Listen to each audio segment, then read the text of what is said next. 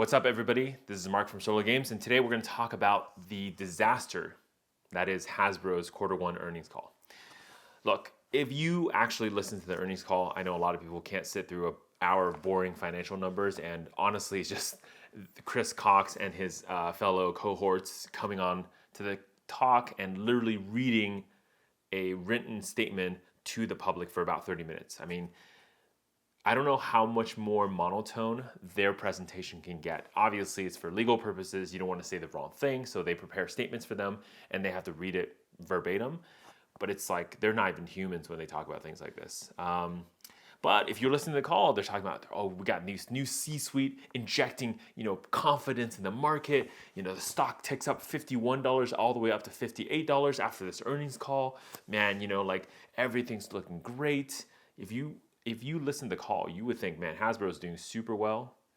Everything's great. They must be, like on a path to new trajectories for 2023, right? Well, this is where it gets really interesting. And it's one of those things what's one of the reasons why I personally really like looking at the numbers rather than listen to them tell me like a very massaged version of the presentation. So what is actually the truth about earnings? Well, so a couple things, right? A lot of times on these earnings calls, you'll see a lot of companies, they'll present things that are non-GAAP, right? Basically generally accepted accounting practices. Or they will also present data EBITDA, which is earnings before all the other stuff that they don't want to count for towards the earnings or to count towards basically loss. So it's like, oh yeah, because depreciation and amortization, those things and taxes don't count, right? Interest cost. That doesn't make any sense. Like if you run a business and you borrow money to run this business, of course the interest you pay on that business should count against your profits, right? I mean, money isn't free. You have to pay interest on it. So why would you not report on it? Well, when they talk to you, they'll never tell you those numbers. But if you look at the data like this, balance sheets, your 10K, those kind of things, quarterly earnings report, P&L, you're going to see these numbers fall through. And it's going to be pretty obvious because, well, they can't really lie on these sheets that they hope no one really reads. Now, I understand all the analysts, they're probably going to be reading these sheets, but they won't have enough time to react. And a lot of the analysts who join the calls to ask questions, they're kind of like literally hopping in towards the end to ask their specific questions and they hop out. They're going to read these data later, but it's not something that they have access to like in the moment, right? When the press release starts. So let's talk about it. I'll just give you all the high level numbers and then we'll see how Hasbro actually did, not how they presented themselves. So first of all, top line. Q1, they had a revenue of $1 billion. It's a little bit over $1 billion, but for the sake of this video, for the sake of simplicity, we'll call it $1 billion. Pretty good. I mean, you definitely want to have a company that has steady revenue and has large numbers for that revenue. Top line is always going to be good because it shows that you have like sales. The problem is how much it costs for you to make that sale. Well, how did Hasbro actually do, right? So they made an operating profit of $17.9 million. It's, again, positive so far, right? But that's before counting in things like interest or income tax expenses or other things that are not accounted for those two. So if you add all those together, they actually had a loss of $22.1 million for the quarter, which means they can't really cover. Plus, honestly, $17.9 million or $18 million on a $1 billion revenue is really small. I mean, it's like a percent, dude. Like, I don't know what kind of like CFO they have, but like, I mean, if you're earning only 2%, and that's before all the like interest rate and all the other costs that you actually have to spend, but you kind of want to lie to your, consumers about, that's very low. But, just looking at the top level, you don't understand what lines of business actually Hasbro is, losing money. And it's really great because Hasbro actually breaks out their business segments for us so we can see which segments suck. So, as you guys know, Hasbro kind of has a couple segments that they've broken out. They have the film, the entertainment segment. They have, of course, Wizards of the Coast reporting as their own line item. And of course, what they call consumer products. So think of this as their toys, Nerf, Peppa Pig, those kind of things, Transformers, etc. So let's look at the line of business, right? So looking at consumer products, so this is all the toys and those kind of things. we're looking at $520 million in earnings. Pretty good. Overall, that's great. And that's, pretty good, sorry, not earnings, revenue. That's over half of the actual revenue for the company. So that's pretty good. But if you consider this is everything, I mean, if you take Magic out and you take the entertainment business, which is a lot of it is collaboration with different studios and movie makers, because, Hasbro isn't actually shooting films and having their own writers like, what, for example, Pixar would do. This is all of their business, and that's only raking in half of the revenue. It's pretty sad. And it does also detail to you how much contribution the other segments are making towards Hasbro in addition to their base business. If their base business that they've relied upon for decades is only making up half of their total business, you should be worried. But what's even more worrying is the fact that base business doesn't even make money. I mean, they're losing $46 million on that $520 million revenue. So yeah, I mean, if you want to put percentage-wise, that's a minus 9% loss for the quarter.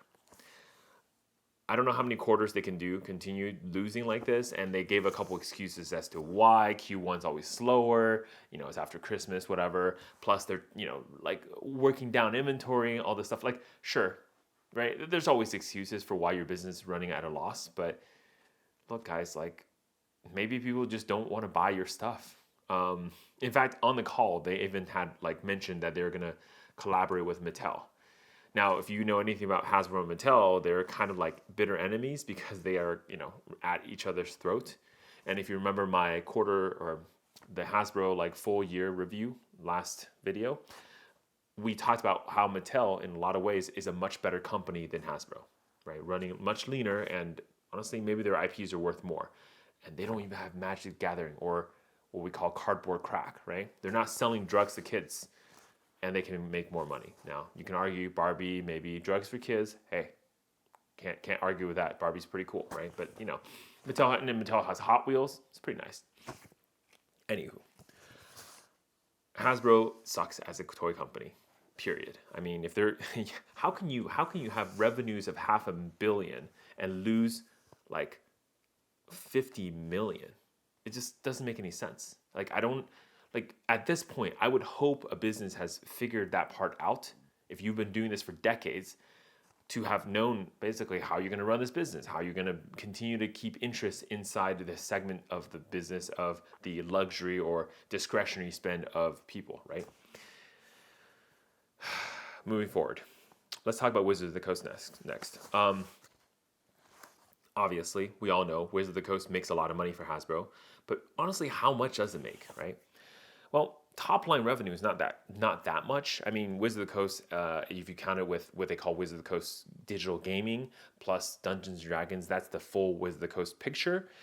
That's really going to be about $300 million in revenue, right? So 295.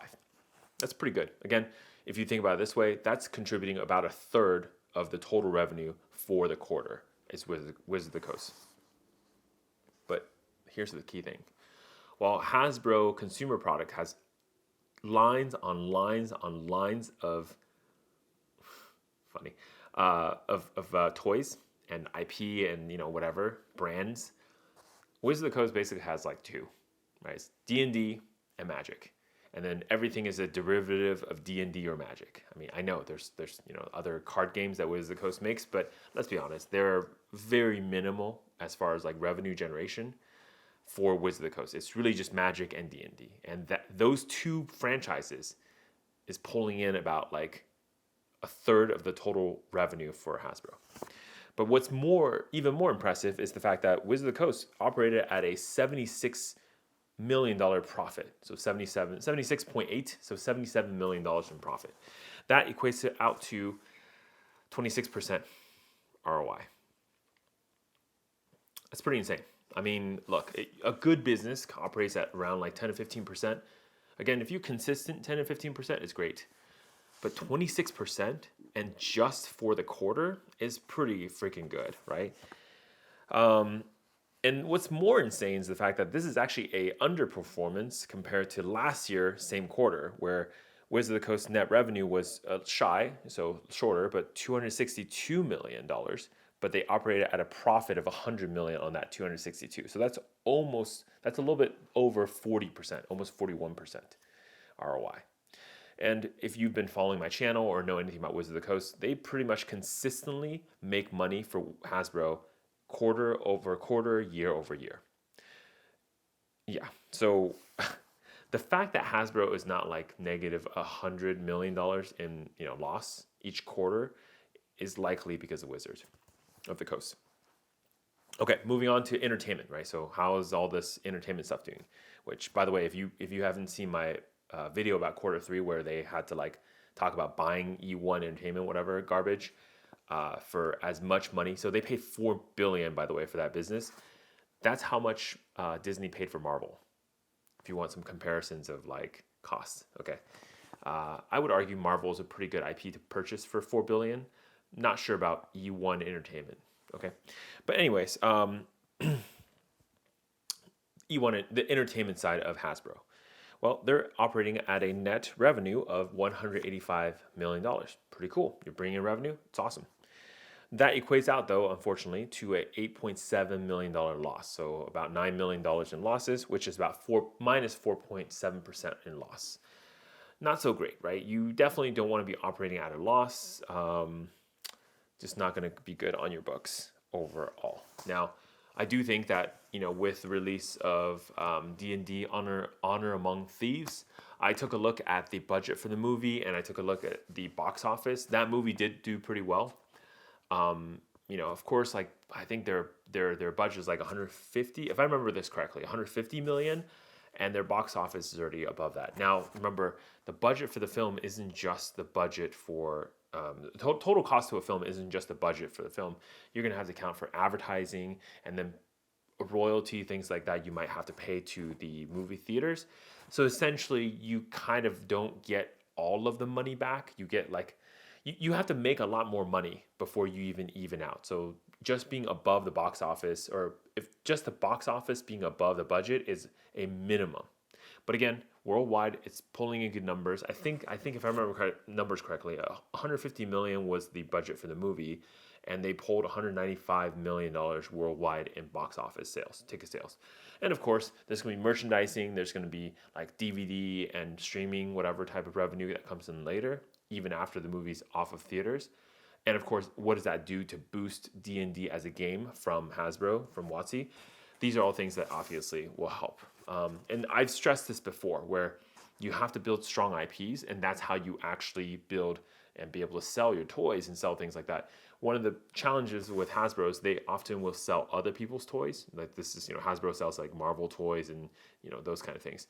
That's kind of their line of business, where of course they have to pay royalty to go to Marvel to sell the toys. So they make less money on that. Rather, if they can make money off selling Transformer toys or D&D toys or D&D, like actual play games and, tabletop pieces or books, much better profits for them, right? And of course, lastly, corporate and other. This just counts for like whatever they're doing over at corporate office. Sometimes, if they're doing different programs, projects, etc., they're going to take a loss.